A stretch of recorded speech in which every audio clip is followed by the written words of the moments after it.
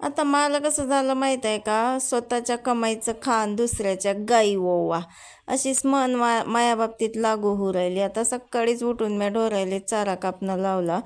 अजून तोंडाले म्हणजे पाणी नाही, म्हणजे ब्रश नाही, काहीच नाही. चारा कापला असा आणि बैलाच्या पुढे नेऊन टाकला, कारण काही लग्नाला गेली होती, घरी कोणीच नव्हतं.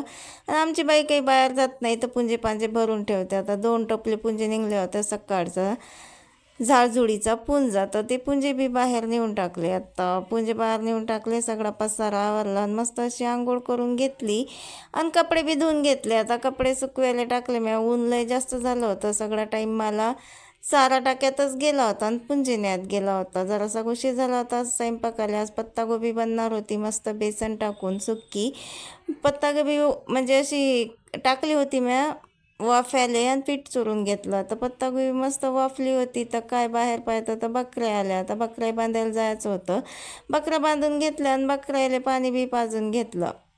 आता पाणी पाजून घेतलं बकऱ्याला. इकडे घरात येऊन पाहतं तर काय गोबी पत्ता गोबी लागली होती जराशी. मग त्यात बेसन टाकलं, फिरफारं केलं आणि तिकडल्या सिगडीवर ठेवून दिलं आणि 2 फुलके टाकून घेतले.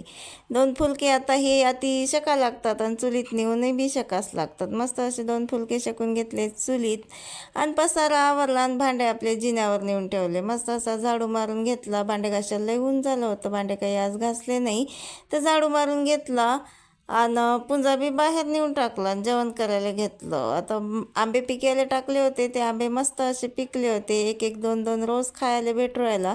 चला तर मग भेटूया पुढच्या ब्लॉगमध्ये. व्हिडिओ आवडल्यास व्हिडिओला लाईक करा, चॅनलवर नवीन असताना तर चॅनलला सबस्क्राईब करा. बाय.